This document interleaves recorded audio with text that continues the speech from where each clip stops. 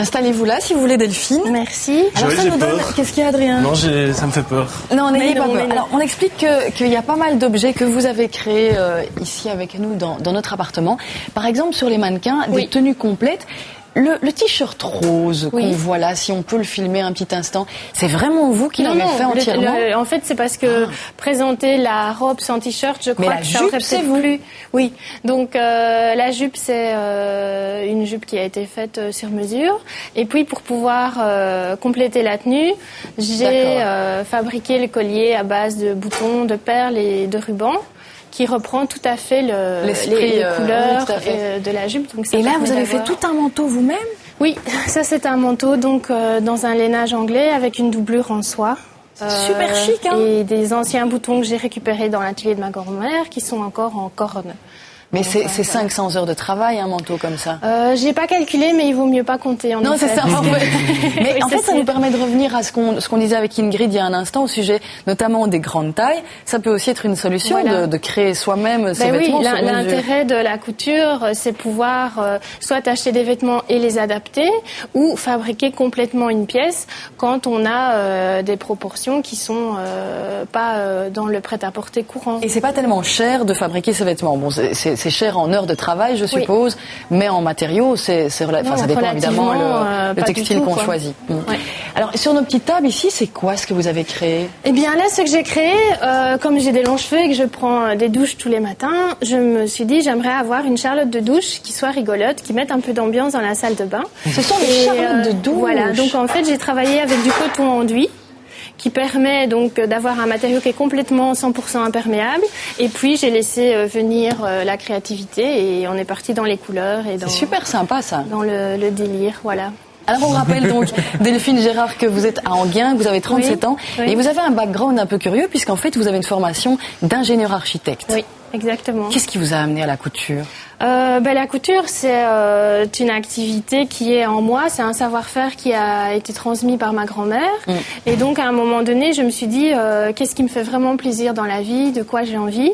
Et je me suis dit, c'est transmettre ce savoir-faire-là, partager mon plaisir avec d'autres personnes. Et je me suis donc lancée comme ça, en autocréation. Et j'ai d'ailleurs été aidée par la ville d'Enghien, qui est en fait un service, un guichet porteur de projet, qui permet l'autocréation. Donc, vous avez trouvé une subvention de ce côté-là? En tout cas, de l'aide pour ouvrir les portes. Très bien. Voilà. Mais je vous propose, avant de passer à un petit atelier pratique, Adrien, je vous propose justement de découvrir ce petit portrait de vous réalisé par Céline Liégeois.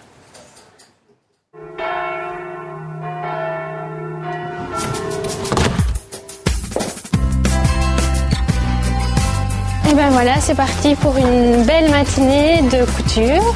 Je vais rejoindre mes élèves qui doivent sûrement m'attendre pour l'instant parce que là on a pris un peu de retard. Au départ, j'ai une formation d'ingénieur architecte et puis à force de me poser des questions et de me dire quelle est la valeur qui est importante, je me suis dit ce que je veux c'est une qualité de vie et pouvoir transmettre quelque chose. Et donc j'en suis arrivée à créer des ateliers. Donc voilà, tu commences avec un peu 1 centimètre de point arrière et puis tu traces le tour. Donc je commence là, je fais en arrière. Et tu reviens, oui. D'accord. Stop. L'objectif ici des ateliers d'expression textile que j'ai mis en route, c'est de vraiment permettre aux gens de venir avec comme ça des petits projets. C'est pas devenir le champion de la haute couture, c'est connaître les bases, pouvoir se débrouiller en fabriquant des petites choses qui sont rigolotes, agréables. Et puis après, si on a un bord de pantalon à refaire, eh bien on pourra utiliser sa machine et le refaire aussi. La couture, en fait, je suis tombée dedans quand j'étais petite parce que il y avait ma grand-mère qui avait son atelier de couture à Saint-Guilain, il y avait ma tante qui cousait, il y avait maman, et donc vraiment cette passion de la couture, du textile est présente depuis longtemps. J'arrive pas à les garder l'un sur l'autre. Ouais. En septembre, quand Delphine a lancé son atelier, j'avais trouvé ça intéressant. Et comme ça, de fil en aiguille, donc je me suis mis à coudre et puis... Elle tape. C'est pas tellement pour gagner de l'argent, c'est plus pour avoir le plaisir d'avoir fait quelque chose soi-même, de se dire tiens c'est moi qui l'ai fait, cette fierté-là. On peut le refaire ça. Je crois qu'actuellement, les personnes recherchent des activités manuelles. C'est vraiment un plaisir que de pouvoir fabriquer soi-même. Et donc, je crois que c'est ça qui a maintenant de nouveau un engouement pour toutes ces activités-là. Dans les écoles, on n'apprend plus du tout les bases de la couture ou la broderie qui étaient données dans les écoles primaires. C'est un tort, vraiment. Oui, j'ai encore besoin de Delphine, ça c'est sûr. Mais à mon avis, encore pendant un bon moment, parce qu'elle a une vision des choses que nous, on n'a pas encore. On n'est pas encore... Je vais regarnir un berceau de poupées pour mes petits-enfants. Chaque personne vient avec son projet personnel, le suivi est individuel, mais on est en groupe et on profite justement de pouvoir échanger, partager, rencontrer des gens. J'ai cru que c'était facile, mais en réalité ça ne l'est pas. C'est vrai qu'il y a des tas de détails, le sens du fil, du tissu, des tas de détails que je n'aurais pas pu réaliser toute seule. L'important en couture, c'est qu'il y a plein d'étapes qui sont nécessaires et indispensables et qu'on ne visualise pas quand le travail est terminé. Donc ça, c'est important de savoir qu'en couture, il y a beaucoup de choses à faire et ça prend beaucoup de temps. Je referai ça aussi. Hein. Ouais, la petite... Quand on voit dans le regard de la personne qu'elle vient de réussir quelque chose et qu'elle a le regard qui pétille, ça fait vraiment plaisir de se dire voilà, maintenant elle a quelque chose en plus. Et donc oui, c'est important de transmettre. Et voilà pour ce ravissant portrait. Et puis on a vu dans ce portrait justement qu'on était en train de réaliser la garniture d'un petit berceau de poupée qui se trouve ici, qui est terminé. Voilà. Mais voilà, oui. Très bel objet. Voilà. Et donc vous avez accepté de nous former, non pas au tricot parce que ça on laisse tomber pour toujours, mais à la création d'une espèce de fleur. Est-ce que vous pouvez me donner une de ces fleurs que vous avez déjà créées pour qu'on montre à Mademoiselle Caméra? Les différents modèles qui sont terminés. C'est d'ailleurs un peu... Ce sont des broches en fait. Voilà, ce sont des broches. Et puis moi ici, en fait, je l'ai fixé sur mon collier. Donc ça peut servir de déco sur un manteau, sur un chapeau, un peu partout. Et on a vraiment toutes les étapes de la couture. Donc la première étape, c'était de venir piquer à la machine. Donc un double disque. Un double disque. Ouais. Puis alors, en fait, on le retourne. Hop. Hop. Comme une vieille chaussette. Comme une vieille chaussette. Et on va venir, en fait, le remplir de watine. Donc, de la watine, oui. Alors, la watine, elle est dans mon stock de matériel. Je ne l'ai pas ici, mais... Oui, elle est à côté, mais de toute façon, vous avez un petit coussin déjà rembourré devant. Et donc, on remplit de watine, on obtient le petit coussin. Et puis, le petit coussin, on vient refermer à la main. Juste par le tout petit trou là. Donc, c'est pas super facile, mais ça permet de n'avoir qu'une toute petite couture à la main qui sera comme ça faite de manière discrète. Et puis, après ça, on va venir choisir dans les fils qui sont encore des années 50, que j'ai avec la boîte Macintosh. C'est chouette.